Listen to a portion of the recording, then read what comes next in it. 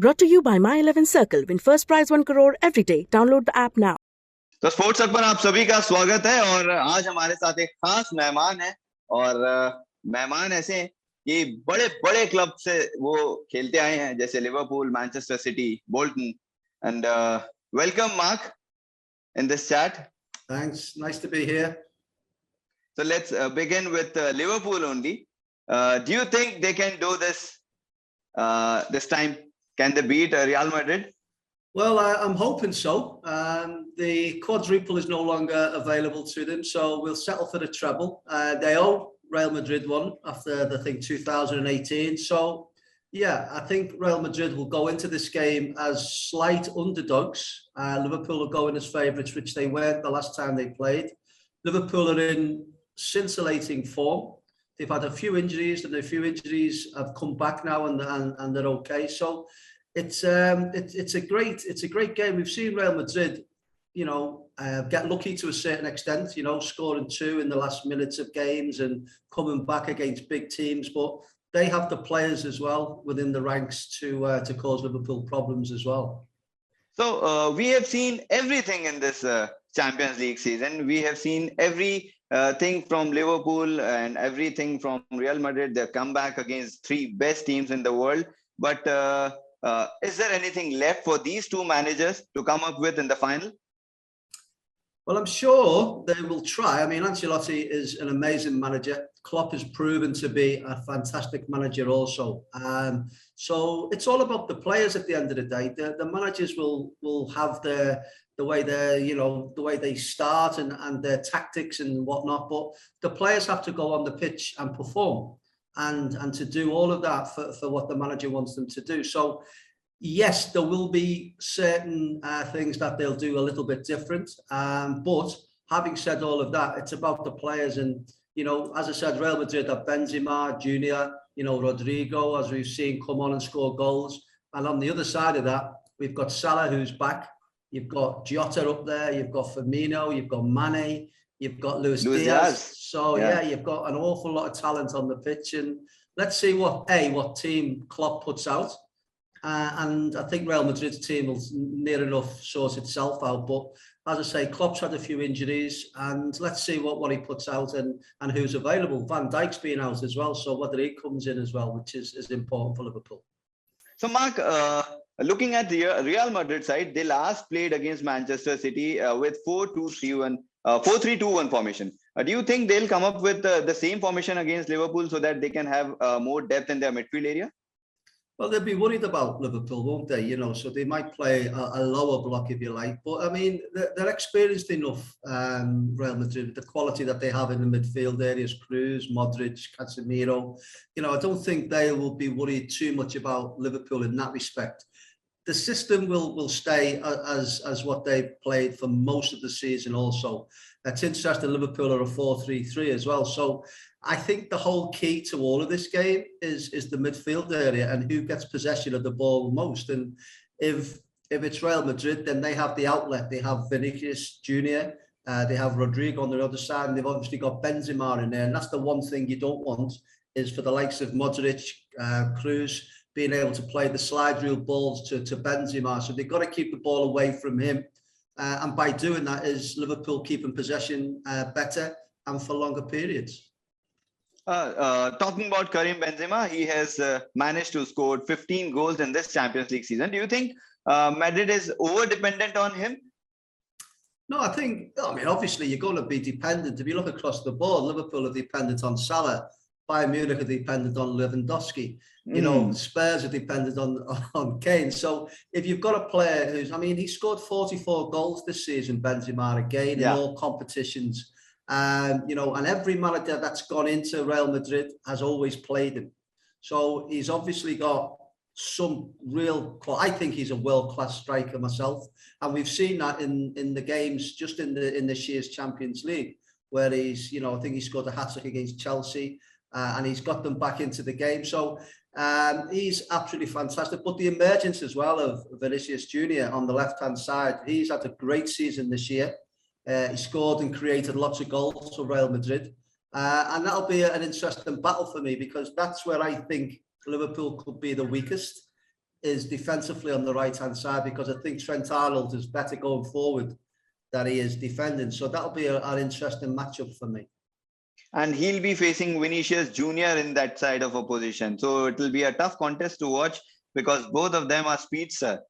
Well, they are. And obviously Trent Arnold likes to get forward. Vinicius Junior likes to get forward.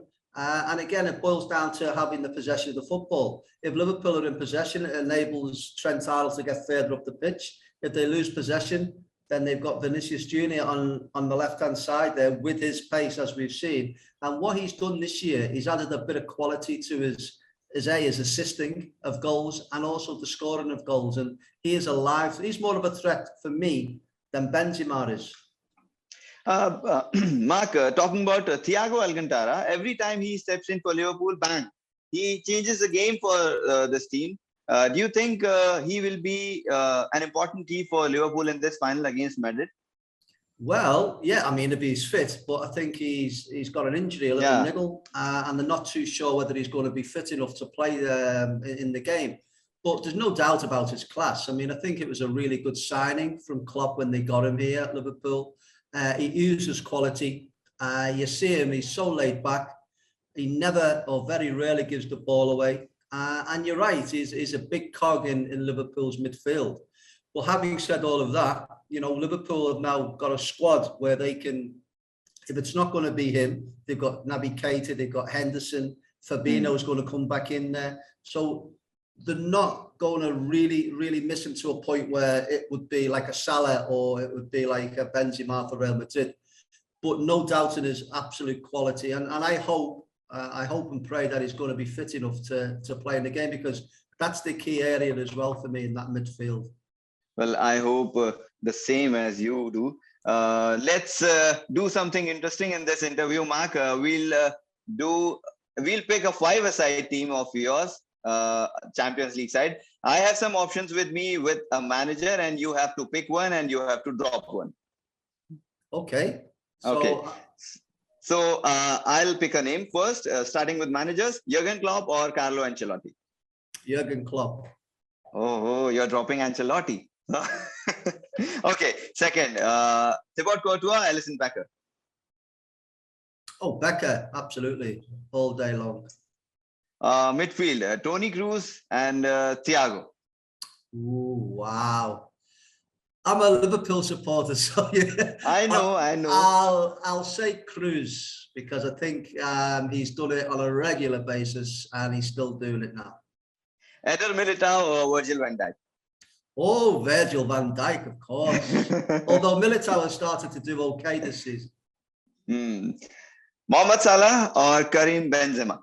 Ooh, wow. Salah. Even scoring 15 goals, scoring 44 goals in this season. But he's played as a right winger, so he's not been down the middle. So that's a hard one, because I'd have both of them in my team if I could. Okay, last option, Sadio Mane or Vinicius Junior? Do you know what? I'm going to go for Junior, because I think he's more of a threat. Again, same position really. Sadio Mane can't do what Vinicius Junior can do, and vice versa. Mane likes to come inside and he pops up all over the place. He drops deep into there, whereas Vinicius Junior is very much a line-to-line man.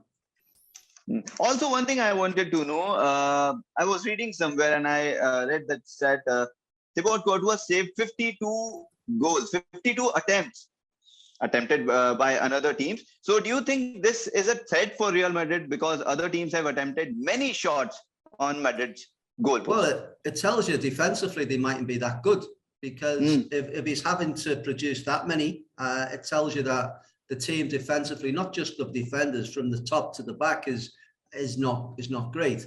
But having said all of that, it'll be interesting to see how many opportunities they have the other end to score goals. Forget about the scoring of the goals. How many chances have they created that way? So I think Real Madrid and Liverpool to a certain extent, Liverpool have got their defensive unit really solid now. But these are the teams that can go out and score 3 and 4 and 5 goals in the space of 20 minutes. And, you know, I can see a high scoring game, Liverpool versus Real Madrid in the Champions League final. My goodness, you know, because of the quality and the way they play the game now. It's a different game to what it was 20, 30 years ago when I was around. It's quicker, it's more fast flowing. The systems are different. They create more opportunities and chances. And the defending is not as good. So, yeah, it's all of them things. So what is your prediction for this final? My head says Liverpool. My heart says Liverpool. I'm going to go a Liverpool 3-1 win. Okay, 3-1 win. And no comeback this time for Real Madrid. They can't do it a fourth time. They cannot do it a fourth time. Okay, so that's it from our side. I hope you enjoyed this interview with us. Very Thanks good. for giving your time. और आप सभी को champions league final जो कि 29 तारीख को है सोनी 10-2 में हिंदी, 10-3 में इंग्लिश और 10-4 में तेलुगु तमिल में देख सकते हैं. तो सोनी के साथ आप जुड़िए, चैंपियंस लीग का फायदा उठाइए देखने का. और mark, thanks for being with us. Thank you very much. मेरे साथ जुड़िए मनाने के लिए क्रिकेट का सबसे बड़ा त्योहार. मैच से जुड़े आपके हर सवाल का हम देंगे जवाब. जानने के लिए हर update, live analysis, special interviews download कीजिए स्पोर्ट्स तक ऐप.